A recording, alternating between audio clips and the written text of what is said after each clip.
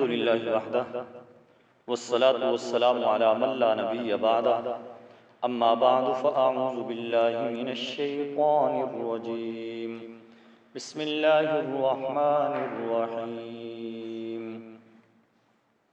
وَلَقَدْ خَلَقْنَا الْإِنسَانَ مِنْ صَلْصَالٍ مِّنْ حَمَإٍ مَّسْنُونٍ صدق اللہ العظیم۔ آج ہم اپنے درس قرآن کا آغاز سورہ ہجر کی آیت نمبر 26 سے کر رہے ہیں۔ اللہ تبارک و تعالی ارشاد فرماتے ہیں، البتہ تحقیق ہم نے انسان کو سڑے ہوئے گارے کی کھن کھناتی ہوئی مٹی سے پیدا کیا۔ اس سے پہلے حیوانات سے، ان کی پیدائش سے اللہ تبارک و تعالی نے اپنی خالقیت اور قدرت پر دلیل قائم کی تھی۔ اب یہاں سے انسان کی تخلیق کا ذکر ہو رہا ہے۔ فرمایا وَلَقَدْ خَلَقْنَا الْإِنسَانَ مِنْ صَلْصَالٍ مِّنْ حَمَإٍ مَّسْنُونٍ، ہم نے انسان کو سڑے ہوئے گارے کی کھن کھناتی ہوئی مٹی سے پیدا کیا۔ انسان کی اصل وہ تراب ہے، مٹی کے مختلف اجزاء جسے کہا جاتا ہے۔ پھر اس کے اندر پانی ملایا، اس کو پانی کے ساتھ ملایا گیا تو وہ پھر تین بن گئی۔ پھر اس کے بعد تین لازب، اور پھر اس کے بعد سلسال، کھن کھناتی ہوئی مٹی، بجتی ہوئی مٹی۔ فرمایا ہم نے انسان کو سڑے ہوئے گارے کی کھن کھناتی ہوئی مٹی سے پیدا کیا۔ وَالْجَانَّ خَلَقْنَاهُ مِن قَبْلُ مِن نَارِ السَّمُومِ، اور جنات کو اس سے پہلے لو کی آگ سے پیدا کیا۔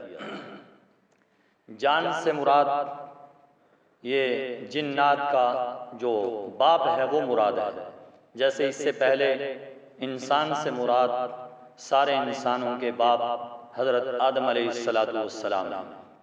فرمایا وَالْجَانَّ خَلَقْنَاهُ مِن قَبْلُ مِن نَارِ السَّمُومِ، اور جنات کو اس سے پہلے لو کی آگ سے پیدا کیا۔ اللہ تبارک و تعالی نے سب سے پہلے فرشتوں کو پیدا کیا، پھر اللہ تبارک و تعالی نے جنوں کو پیدا کیا، پھر اس کے بعد اللہ تبارک و تعالی نے انسان کو پیدا کیا۔ وَإِذْ قَالَ رَبُّكَ لِلْمَلَائِكَةِ إِنِّي خَالِقٌ بَشَرًا مِّن صَلْصَالٍ مِّنْ حَمَإٍ مَّسْنُونٍ۔ انسان کی شرافت اور کرامت کو بیان کیا جاتا ہے۔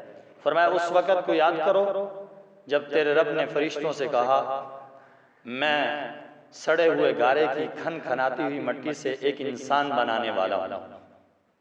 فَإِذَا سَوَّيْتُهُ، جب میں اس کو ٹھیک ٹھیک بنا لوں، وَنَفَخْتُ فِيهِ مِن رُّوحِي، اور میں اس میں اپنی خاص روح پھونک دوں، فَقَعُوا لَهُ سَاجِدِينَ، تو تم سارے کے سارے اس کے سامنے سجدے کے اندر گر جانا۔ یہ سجدہ تعظیمی سجدہ تھا جو فرشتوں نے سیدنا آدم علیہ السلام کے سامنے کیا، جو کہ اس شریعت کے اندر جائز تھا۔ شریعت محمدیہ صلی اللہ علیہ وسلم کے اندر سجدہ تعظیمی بھی جائز نہیں، اس سے بھی روک دیا گیا۔ فَسَجَدَ الْمَلَائِكَةُ كُلُّهُمْ أَجْمَعُونَ، تو سارے فرشتوں نے سجدہ کیا، الا ابلیس، سوائے ابلیس کے، ابا ان یکون مع الساجدین، اس نے انکار کیا کہ وہ سجدہ کرنے والوں کے ساتھ ہو۔ قال یا ابلیس ما لک الا تکون مع الساجدین، اللہ تبارک و تعالی نے فرمایا اے ابلیس ما لک الا تکون مع الساجدین، تجھے کس چیز نے روکا کہ تو سجدہ کرنے والوں کے ساتھ ہو، یعنی تو نے سجدہ کیوں نہیں کیا؟ قال لم اکن لاسجد لبشر خلقته من صلصال من حمأ مسنون، کہنے لگا میں ایسا گرا ہوا نہیں ہوں کہ میں ایسے بشر کو سجدہ کروں جس کو آپ نے سڑے ہوئے گارے کی کھن کھناتی ہوئی مٹی سے پیدا کیا۔ یعنی آگے سے ابلیس نے یہ کہا کہ میں آگ سے پیدا ہوا ہوں، آدم علیہ السلام مٹی سے پیدا ہوئے ہیں، اور مٹی جو ہے وہ مفضول ہے، آگ جو ہے وہ اعلیٰ ہے، لہٰذا وہ ادنا ہے، میں اعلیٰ ہوں، اعلیٰ جو ہے وہ ادنا کو سجدہ کیوں کرے؟ حالانکہ اس نے یہ نہیں دیکھا اصل چیز تو اللہ کا حکم ہے، اور اس سے بڑھ کر نورانی مخلوق جو فرشتے ہیں وہ سجدہ کر رہے ہیں، تو میں کیوں نہ سجدہ کر لوں؟ اس بات کی طرف بھی توجہ نہ دی۔ فرمایا قال فاخرج منها فانك رجیم، اللہ نے فرمایا تو یہاں سے نکل جا، تو بڑا بے ادب ہے، تو یہاں سے نکل جا، فانك رجیم، تو مردود ہو چکا ہے، تو فرمایا مردود ہو گیا ہے، وَإِنَّ عَلَيْكَ اللَّعْنَةَ إِلَى يَوْمِ الدِّينِ، اور فرمایا تجھ پر لعنت ہے قیامت کے دن پر، قیامت کے دن تک فرمایا تجھ پر پھٹکار رہے گی، اللہ کی رحمت سے تو دور ہے۔ فرمایا قَالَ رَبِّ فَأَنظِرْنِي إِلَى يَوْمِ يُبْعَثُونَ، ابلیس کہنے لگا اے میرے رب آپ مجھے مہلت دیجئے اس دن تک جس دن لوگ دوبارہ اٹھائے جائیں گے۔ قال فإنك من المنظرین، اللہ نے فرمایا جا تجھے مہلت دے دی گئی، الی یوم الوقت المعلوم، لیکن ایسے وقت کے دن تک جو ہمیں معلوم ہے۔ یعنی ابلیس نے یہ کہا کہ اے اللہ تو مجھے مہلت دے دے، لہٰذا ایسے دن تک مہلت دے دے جس دن لوگ دوبارہ اٹھائے جائیں گے۔ تو اللہ تبارک و تعالیٰ نے فرمایا تیری یہ بات تو مان لی گئی کہ تجھے مہلت مل گئی، لیکن کب تک مہلت ہے؟ فرمایا اس کا پتہ ہمیں ہے، اور فرمایا وہ یہ ہے جب پہلا نفخہ پہلی مرتبہ سور پھونکا جائے گا اس وقت تک مہلت ہے۔ فرمایا اس کے بعد سب انسان مر جائیں گے، ابلیس بھی ساتھ ہی مر جائے گا، پھر اس کے بعد 40 سال کے بعد دوبارہ دوسرا نفخہ جو ہے وہ پھونکا جائے گا، اس وقت اس کے دوران ابلیس بھی مرا ہی پڑا ہوگا۔ فرمایا قال رب بما اغویتنی لأزینن لهم فی الارض، کہنے لگا اے میرے رب تو نے مجھے گمراہ کر دیا، لہذا میں بھی انسانوں کو گمراہ کروں گا، لأزینن لهم فی الارض، میں ان کے لیے زمین میں دنیا میں دلکشی پیدا کروں گا، یعنی تیرے معصیت کے جو اسباب ہیں ان کے سامنے بنا سوار کے پیش کروں گا، وَلَأُغْوِيَنَّهُمْ أَجْمَعِينَ، اور میں ان سب کو گمراہ کروں گا۔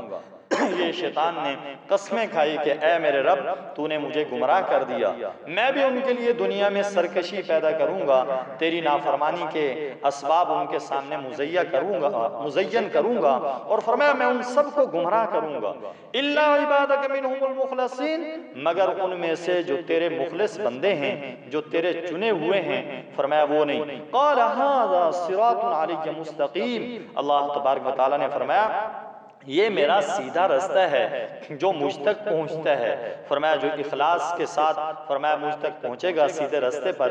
ان عبادی لیس لک علیہم سلطان، یقیناً جو میرے بندے ہیں ان پر تیرا کوئی زور نہیں چلے گا، الا من اتبعک من الغاوین، مگر گمراہوں میں سے جو تیری پیروی کر لیں گے، جو تیرے پیچھے چلیں گے، فرمایا وہ تو تیرے چنگل کے اندر آ جائیں گے، وگرنہ اللہ نے فرمایا جو میرے بندے ہیں فرمایا ان پر تیرا کوئی زور نہیں چلے گا۔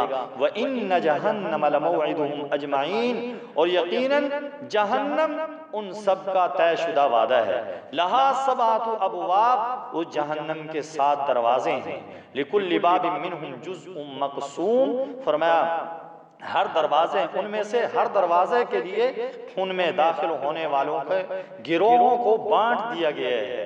فرمایا کہ جس طرح بہشت کے 8 دروازے ہیں، جہنم کے فرمایا 7 دروازے ہیں۔ شاہ عبد القادر رحمت اللہ علیہ فرماتے ہیں کہ جس طرح ہر نیک عمل کرنے والے کے لیے فرمایا جنت کا ایک دروازہ مخصوص ہوگا، فرمایا اسی طرح بد عمل کرنے والے کے لیے بھی فرمایا جہنم کا ایک دروازہ ہوگا، لیکن جنت کے 8 دروازے ہیں، ایک دروازہ فرمایا زید اس لیے رکھا گیا، فرمایا کہ بعض لوگ ایسے ہوں گے جو نرے اللہ کے فضل سے جنت کے اندر جائیں گے، فرمایا بغیر عمل کے، تو اس لیے فرمایا جنت کے 8 دروازے ہیں اور جہنم کے 7 دروازے ہیں۔ فرمایا لہا 7 ابواب، اس کے 7 دروازے ہیں، لِكُلِّ بَابٍ مِّنْهُمْ جُزْءٌ مَقْسُوم، ہر دروازے کے لیے ان میں سے داخل ہونے کے لیے ہر گروہ کو بانٹ دیا گیا ہے۔ دعا ہے اللہ تبارک و تعالیٰ سے کہ اللہ رب العزت ہم سب کو جنت الفردوس نصیب فرمائے، جہنم سے اللہ رب العزت ہم سب کو محفوظ فرمائے۔ آخر دعوانا الحمدللہ رب العالمین، اللہم صلی علی سیدنا و مولانا محمد وعلی آل سیدنا و مولانا محمد وبارک وسلم وصلوا علیہ۔ ربنا ظلمنا انفسنا وإن لم تغفر لنا وترحمنا لنكن من الخاسرین۔ اے اللہ ہم سب سے راضی ہو جا، اپنی رضا مبارک ہم سب کو نصیب فرما، امت مسلمہ کی خیر فرما، امت مسلمہ کی حفاظت فرما۔ اے اللہ پڑھنے پڑھانے والے بچوں کو اے اللہ کامیاب و کامران فرما، اخلاص نصیب فرما، کامیابیوں سے ہمکنان فرما۔ اے اللہ سب کو قرآن کریم کا نور نصیب فرما، کسی ایک کو بھی محروم نہ فرما، ہم سب کی بخشش مغفرت فرما، بیماروں کو شفا نصیب فرما۔ وصلی اللہ تعالی علی خیر خلقہ محمد وعلی آلہ واصحابہ واہل بیتہ اجمعین، آمین آمین برحمتک یا رب۔ جزاک اللہ۔